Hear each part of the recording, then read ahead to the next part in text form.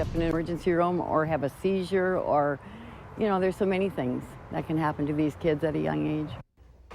A new study says many parents are overdosing their own children. Good evening, everyone, and thanks for joining us this evening. You're likely giving your children too much medication. Researchers found 80% of parents have made at least one error. Errors that could lead to serious consequences. Valley News Team's crime and safety reporter Nicole Johnson shows us an easy way to avoid a devastating mistake. When she was really little, she had the high fevers.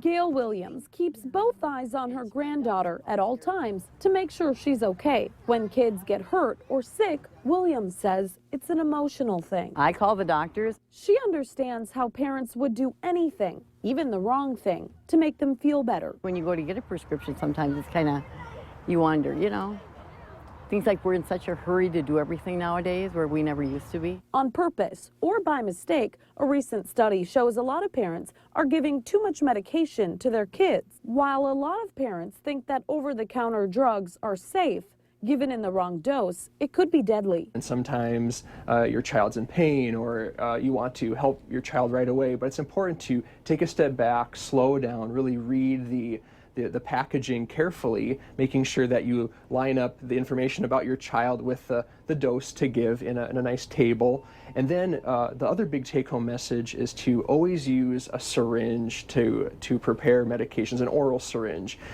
The nice thing about an oral syringe is there's very clear markings on that syringe where you can basically draw the medication up into that syringe and make sure that you stop at that appropriate medication dose. Using a syringe could crack down on the most common mistakes. Packaging, labeling, and dosing information isn't standardized. Milliliter, teaspoon, or tablespoon, it can get confusing for parents like Williams, who just want their kids to feel better. There's so many things that can happen to these kids at a young age if they don't watch what's on the prescription. In Fargo, Nicole Johnson, Valley News Live.